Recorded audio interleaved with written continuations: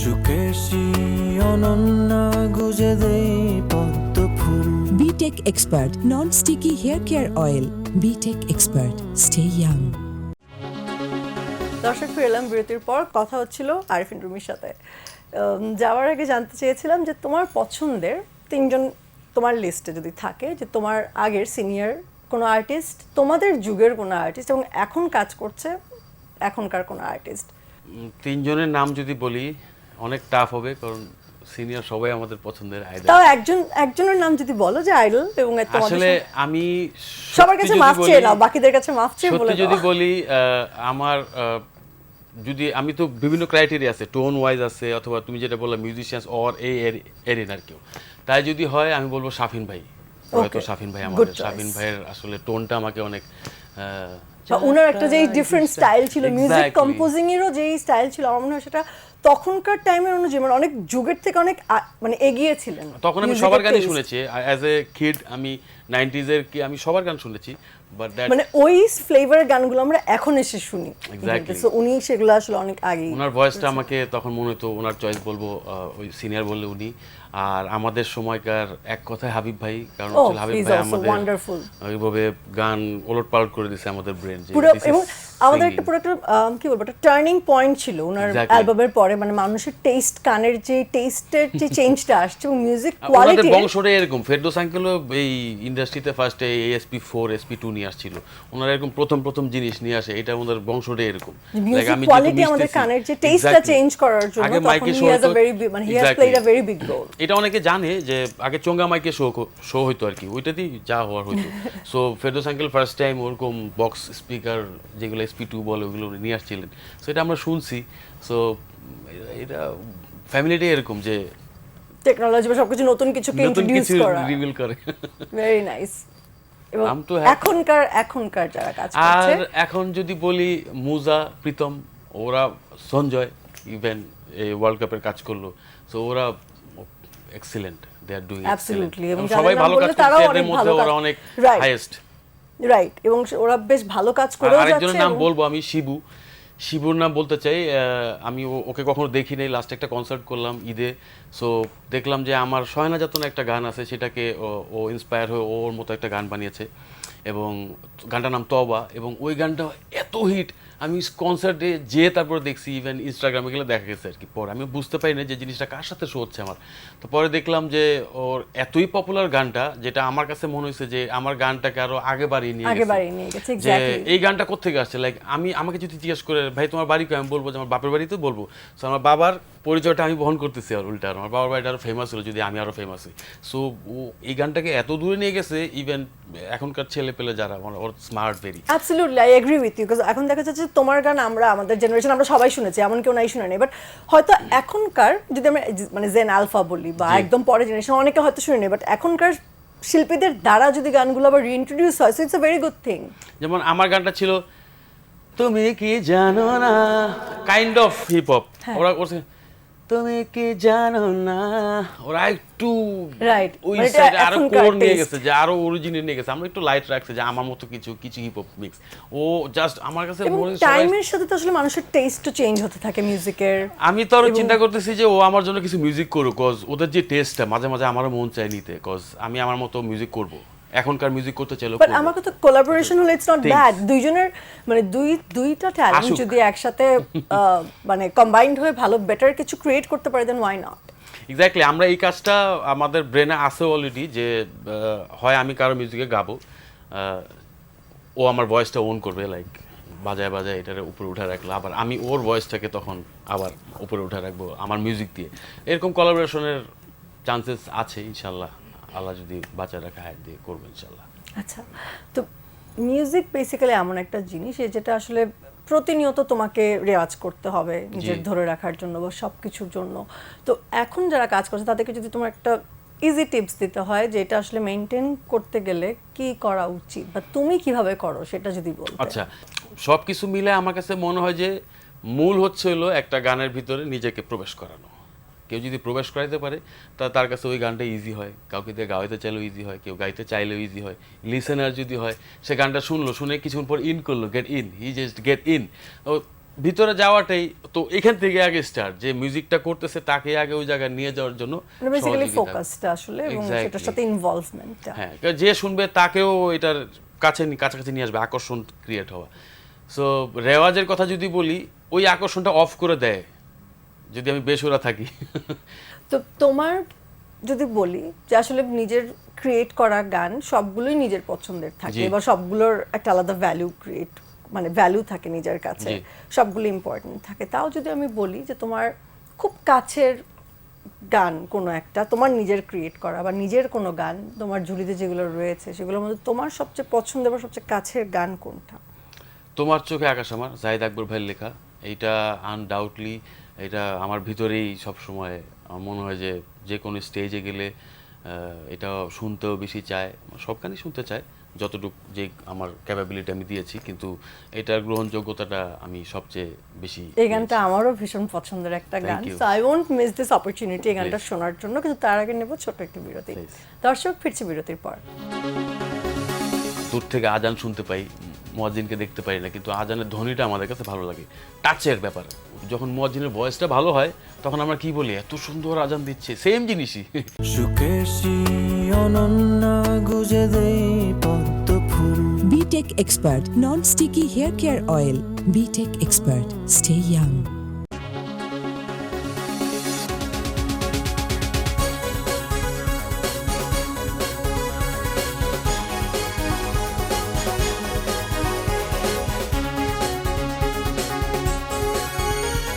প্রিয় দর্শক, আপনাদের সবাইকে সাদর আমন্ত্রণ জানাচ্ছি বিটেক এক্সপার্ট হেয়ার কার আমার আমি সারিকা। আমাদের আজকের অতিথি জনপ্রিয় একজন কণ্ঠশিল্পী, সঙ্গীত পরিচালক এবং সুরকার। দীর্ঘদিন ধরে তিনি সঙ্গীতাঙ্গনে নিজের অবস্থানকে ধরে রেখেছেন এবং একের পর এক জনপ্রিয় গান আমাদেরকে দিয়ে চলেছেন। প্রিয় দর্শক, আমাদের আজকের অতিথি আমাদের সকলের প্রিয় মুখ আরিফিন রুমি। কেমন আছো? আসসালামু আলাইকুম, খুব ভালো। ওয়ালাইকুম সালাম। খুব গুড টু ভালো। See you, it's always good to see you you again. Thanks Bangla vision, অনেক সুন্দর একটা অনুষ্ঠান আমি দেন এখানে গেস্ট হতে পেরে আমি অনেক ধন্য। ওকে, সো এই যে আমি বললাম যে একের পর এক কাজ, ভালো কাজ দিয়ে যাচ্ছে এবং সম্প্রতি একটা কাজ সবার আসলে হৃদয় ছুঁয়ে গেছে, সেটা হচ্ছে একটা গান এবং যে নাটকটি নিয়ে বেশ আলোচনাও হয়েছে। Exactly. হ্যাঁ, সো সেটা নিয়ে একটু তোমার মুখে শুনতে চাই। আমি বলবো এটার প্রথম ক্রেডিট গোজ টু সৃষ্টিকর্তার কাছে, যে এইভাবে আমাদের পরিচালনা করছেন, যিনি এইভাবে বাঁচিয়ে রেখেছেন, রিজিক দাতা তিনি, এছাড়া আমার মা।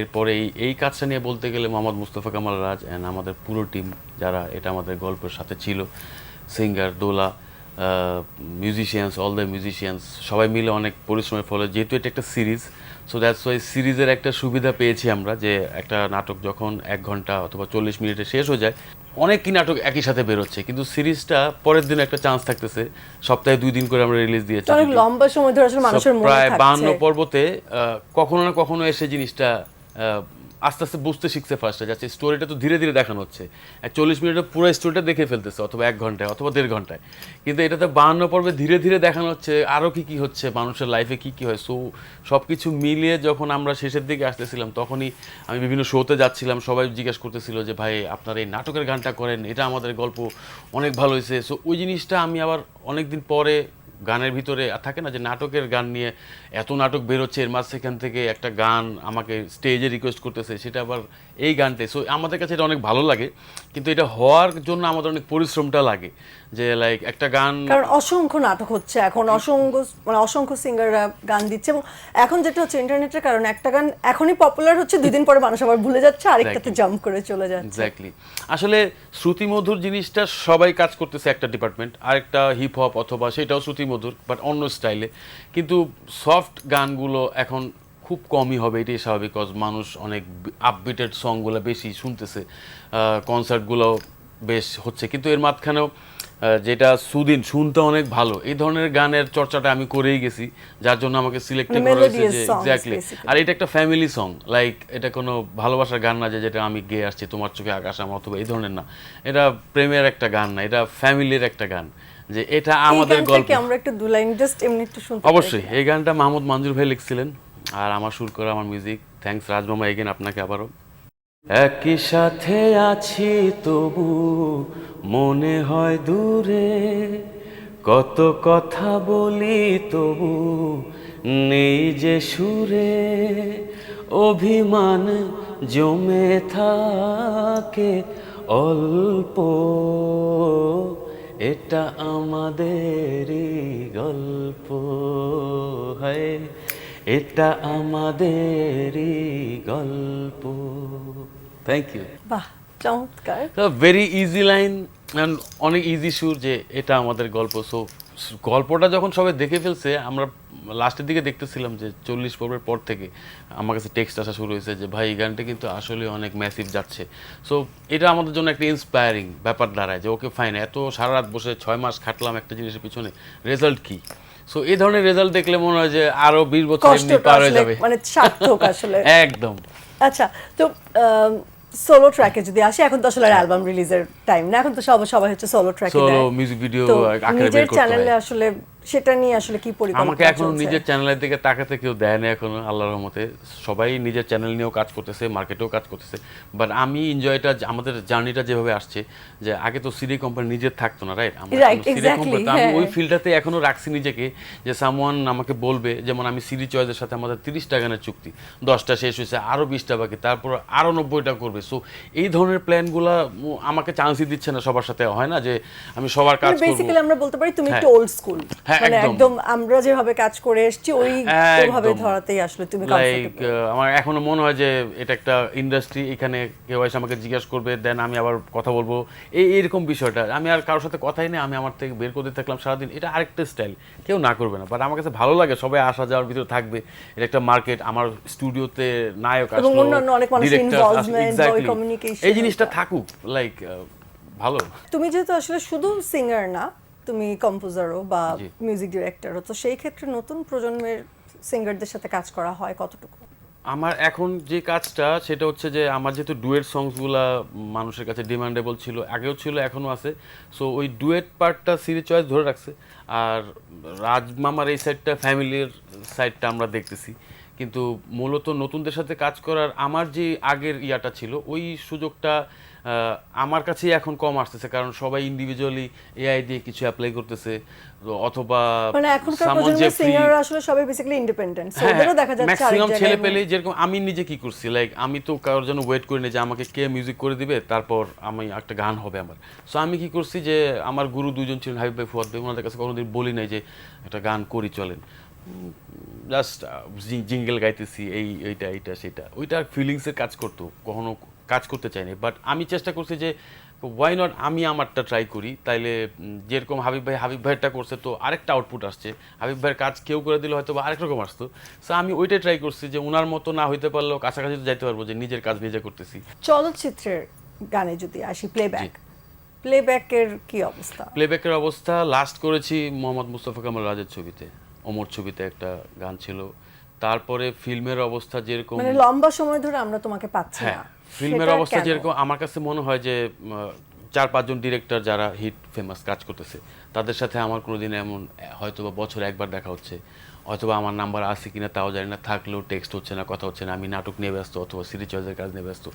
সো এখন যে জিনিসটা হয় যে এখন তোমার কি একটু মনে কথা হয় যে বললে, এখনকার কাজের জন্য, যে আগে যেরকম আসলে সিলেকশন হতো হচ্ছে কে এই কাজটার জন্য ভালো বা Appropriate কার জন্য। কিন্তু এখন কি তোমার মনে হয় যে কার সাথে কার যোগাযোগ বেশি, আসলে কাজটা ওভাবেই বেশি যোগাযোগটা তো favor হচ্ছে? অবশ্যই, ধরো আমাকে যদি কেউ ফোনে নাই পায়, কাজটা দিবেই বা কিভাবে?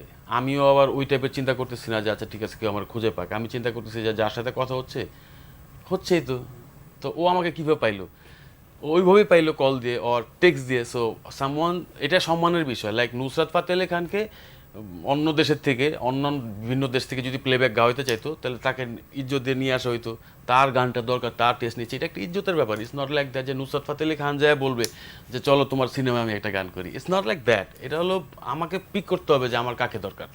সো এরকম পিকের মধ্যে সিরিয়ালে অনেকেই থাকবে, তাদের মধ্যে আমিও একজন যারা ইন্ডাস্ট্রিতে কাজ করে আসছে। So it's up to them. যেরকম রাজমামা যদি ফিল্ম করে, সে আমাকে ফার্স্ট চয়েস রাখে যে মামা আপনি এই গানটা করবেন, আবার অমুক এই গানটা করবে, আমার যদি মিলায় কাজ করি। সো ওকে তো আর বলতে হচ্ছে না, যে ও জানে আমার ব্যাকগ্রাউন্ড সম্বন্ধে। সো বাকিরাও জানে, ইন্ডাস্ট্রিতে সবাই সবাই চিনে। এখন কে কাকে চয়েস করবে এটা ব্যক্তিগত বিষয়, মানে যার যার প্রেফারেন্স আসলে থাকে। এক্স্যাক্টলি। এটা তো বলারও কিছু নাই যে আমার এই টাইপের গান দরকার, আমি ওকে নিব, ইটস ওকে। সো হিট গান এমন যারা দিয়েছে তাদের থেকেই তো সিরিয়ালটা হবে। অ্যাটলিস্ট চেষ্টাটা কাদের দিয়ে করবে, যে কে পারে তাদের থেকে একজন আসবে। সো টপ 5 টপ 10 যদি থাকে, এদের মধ্যে আমরা আছি, আমরা কাজ করে আসছি, তো আমরা ওই চিন্তাটাও করবো না যে নাই কেন? আমরা যেটা করতেছি ওইটা ওটা নিয়ে আসলে নাটকেই তো সন্তুষ্ট। আমরা ওই সিনেমার ভাইব পাইতেছি। এখন আমি তো আর ওয়েট করবো না যে ভাই আমাকে অ্যাটলিস্ট ইচ্ছা আছে যদি কেউ বলে আমি এক পায়ে দাঁড়ানো যে ভাই কবে দরকার তোমার, then give me, I will do it for you. Absolutely, মানে মেক সেন্স, মানে it totally make come sense. And grab your song. আচ্ছা, এই যে বললে যে আসলে যার যার প্রেফারেন্স থাকে, তো তোমার যদি বলি পছন্দের লিস্টে তোমার সিনিয়র একজন শিল্পী মানে সিঙ্গার, তোমাদের জেনারেশনের একজন সিঙ্গার এবং এই জেনারেশনের মানে এখন নতুন প্রজন্মের একজন সিঙ্গার, তিনজনের নাম বলতে হবে। সেই মানে প্রশ্নের উত্তর আমরা নেব। আমাদের আগের একজন, আমাদের সময় একজন, আমাদের এখনকার একজন। হ্যাঁ, Okay. সেই প্রশ্নের উত্তর আমরা নেব, কিন্তু তার আগে নেব ছোট একটি বিরতি। Please. দর্শক ফিরছে বিরতির পর। সবকিছু মিলে আমার কাছে মনে হয় যে মূল হচ্ছে হলো একটা গানের ভিতরে নিজেকে প্রবেশ করানো। কেউ যদি প্রবেশ করাইতে পারে তার কাছে ওই গানটা ইজি হয়। সো রেওয়াজের কথা যদি বলি, ওই আকর্ষণটা অফ করে দেয় যদি আমি বেসুরা থাকি। দর্শক ফিরে এলাম বিরতির পর। যাওয়ার আগে আমরা একটা গান শুনবো বলেছিলাম, তো তো থ্যাঙ্কস জাহিদ ভাই এগেন, আপনার সুন্দর লেখা আজকে আমি এখানে বসে গাচ্ছি। তোমার চোখে আকাশ আমার জাদু জার পূর্ণিমা, ভেতর থেকে বলছে হৃদয় তুমি আমার প্রিয়তমা। পথের শুরু থেকে শেষে যাব তোমায় ভালোবেসে, বুকে আছে তোমার জন্য অনেক কথা জমা। তোমার চোখে আকাশ আমার জাদু জার পূর্ণিমা, ভেতর থেকে বলছে হৃদয় তুমি আমার প্রিয়তমা। Lovely, thank you. বিউটিফুল। আমার ভীষণ পছন্দের এই গানটা। তোমার অনেকগুলো গানই আমার পছন্দের, বাট তার মধ্যে এটা আমার এই ভীষণ গানটা আমার পছন্দের একটা সবচেয়ে গান। পছন্দের অ্যাকচুয়ালি। ওকে, সো এবার অনেকক্ষণ আসলে আমরা কাজ নিয়ে গান নিয়ে কথা বললাম, জি। এবার একটু ব্যক্তি তোমাকে নিয়ে কথা বলতে বলো, চাই, please. জানতে চাই। ওকে, নিজেকে যদি ডিফাইন করতে বলি কিভাবে করবে?